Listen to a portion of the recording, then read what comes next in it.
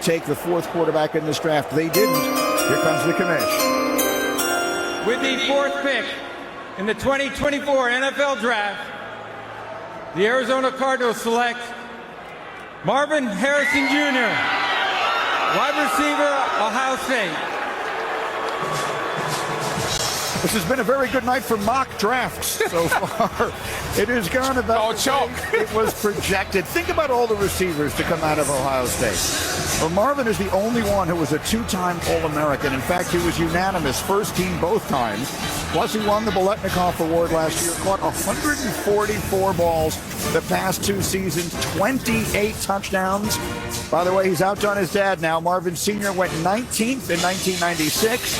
Maserati Marv goes number 4. Yeah, a lot bigger than Marvin Harrison Sr. Marvin Harrison Sr., 5'11 and a half, 181. Marvin Harrison Jr., 6'3 and a quarter, 210. Marvin Harrison ran 4.33. Marvin Harrison Jr., not that fast. Marvin Harrison Sr., 19th pick overall in 96. Here, Marvin Harrison Jr., the 4th pick overall. You see the body control, the ability to adjust and be a power forward in the red zone. He had 29 receptions against press coverage the last 2 years, most in FBS. 15 contested catches on third down the last 2 years, most in FBS. And he did it this year, and his numbers didn't lag. He was exactly numbers-wise, production-wise, what he was 2 years ago. And he did it with C.J. Stroud. He did it with Colin McCord, who, by the way, is at Syracuse, guys. You talk about a receiver who gets it. He's going to work as hard as anybody. His dad did. I was with his dad at the Hula Bowl way back when he came out, right? And he was the first one. He came to that locker room. I said, hey, you know, Marvin, I'm ready to go out to the practice field and work. This is the Hula Bowl Wednesday night.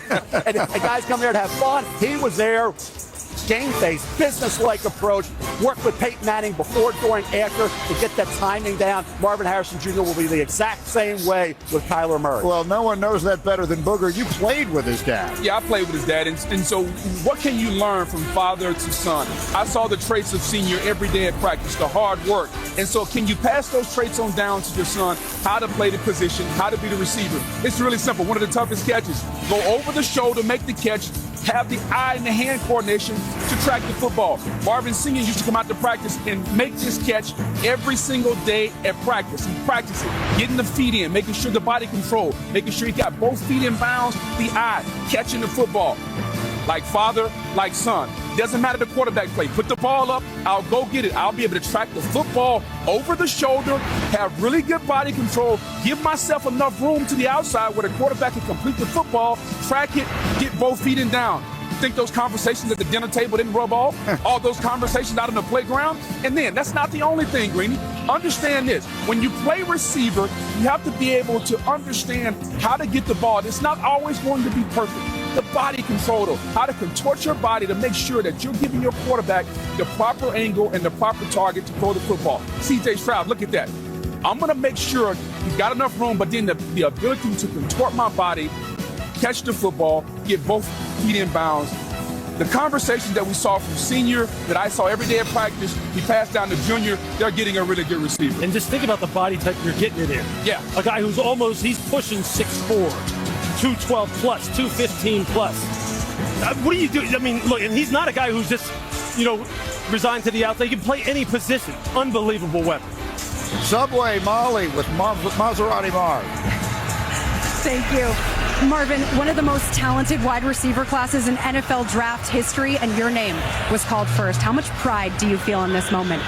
I'm just super blessed to be here, really. I mean, like you said, there's a lot of great receivers in this draft class. It's an honor to be first. We got to go and put that work in now. A career in the NFL was written in your bloodline, but how important is it for you to create your own legacy in this league? Yeah, I'm just going to try to be my best self, just be the best person, be the best player I can be, and whatever happens, happens from there. All right, Maserati Marv heading to Arizona. Congratulations. Thank you very much. Appreciate it. It's actually the second straight year they've taken an Ohio State player in the first round. They took Paris Johnson last year, 6 overall, and he joins this illustrious list of players drafted in the first round whose dads are Pro Football Hall of Famers. So far, our pick-to-trade ratio is 4-0. We'll see if that changes next. It's the NFL Draft on ESPN. What's up, Detroit? I'm very proud to be representing my Cleveland Browns tonight. It's especially meaningful for me because they drafted me in 2016. It's very meaningful for me because I'm here with Peggy Reisky, the founder and CEO of the Trevor Project. They do incredible work for crisis intervention for our LGBTQ youth, and it's really, really a great job. Thank you very much. Thank you for the Browns for having us. Thank you for the NFL for their continued support of me, of Peggy, of Trevor Project. So let's get down to business. With the 54th pick in the 2024 NFL Draft, the Cleveland Browns select Michael Hall, Ohio State defensive tackle. And he gets to stay close to his college home as well. You know, this past season, he had an interesting couple of days. Buckeyes getting ready to take on Western Kentucky. Had to get out a walkthrough to make sure he was there for when his son was born. His son Trey was born on September 15th.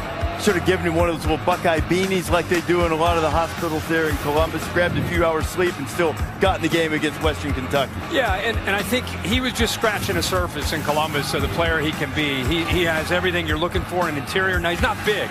He's 290 pounds, but he makes up for it with his quicks, power, technique with Larry Johnson as his coach. It has the ability to rush the quarterback, as you can see right there. I really think people weren't as aware of him, and then he went down to Mobile, and he caught fire. And then everybody was talking about him, Coach, after the week he had down there where he impressed scouts. Yeah, well, I think this guy is a one-gap penetrator. I don't think he's a strike and control guy. And those are the kind of guys a lot of teams are playing with now, you know, in the 4-2-5 defense. So I think he's going to be an outstanding interior rusher. Again, a guy that can use his hands and move his feet at the same time and very athletic. The first pick of this draft.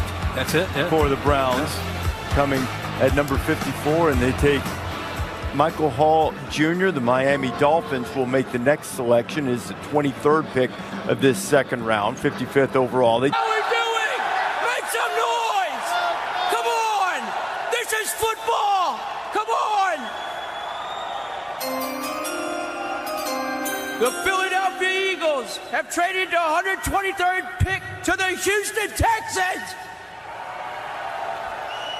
With the 123rd pick of the NFL Draft, the Houston Texans select Cade Stover, tight end, Ohio State.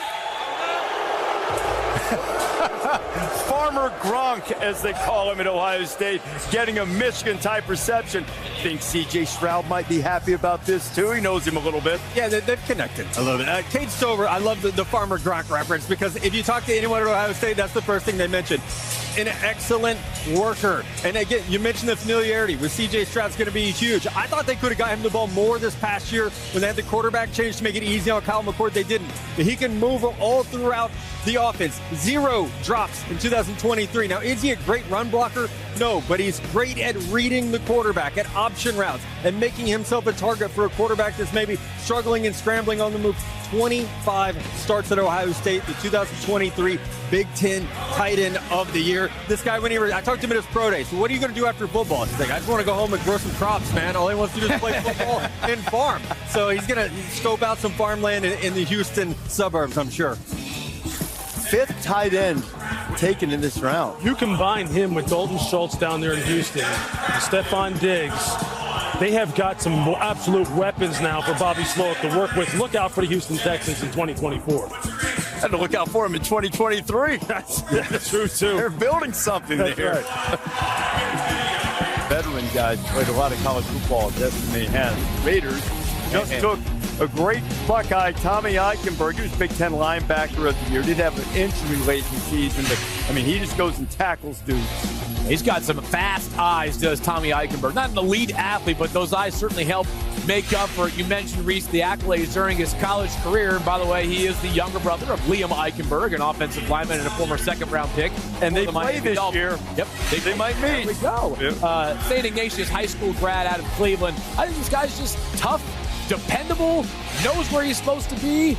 Not sure the athleticism is going to be the kind of thing that translates him being an every down linebacker, Matt, but I think potentially on special teams and first and second down, you got yourself a player. Yeah, you add Jim Harbaugh to the AFC West. You know they're going to run the ball. We just talked about Denver wanting to run the ball. Tommy Eichenberg is great against the run. That's where he has made his living at Ohio State. 16 tackles in the Rose Bowl win against Utah. We saw what he can do stacking up between the tackles. And I thought the Raiders, they've done such a good job addressing the defense this offseason, but linebacker was one of those spots I looked at before the draft and said, gosh, this team needs help at linebacker. It feels like it's been a perennial hole for them in the middle of the defense. So I think Eichenberg has a shot to be an impact here. One guy who we didn't get a chance to talk about, the Cameron Richardson from Mississippi State, he may be on that board right there. Look, we know Brock Powers and Jackson Powers Johnson.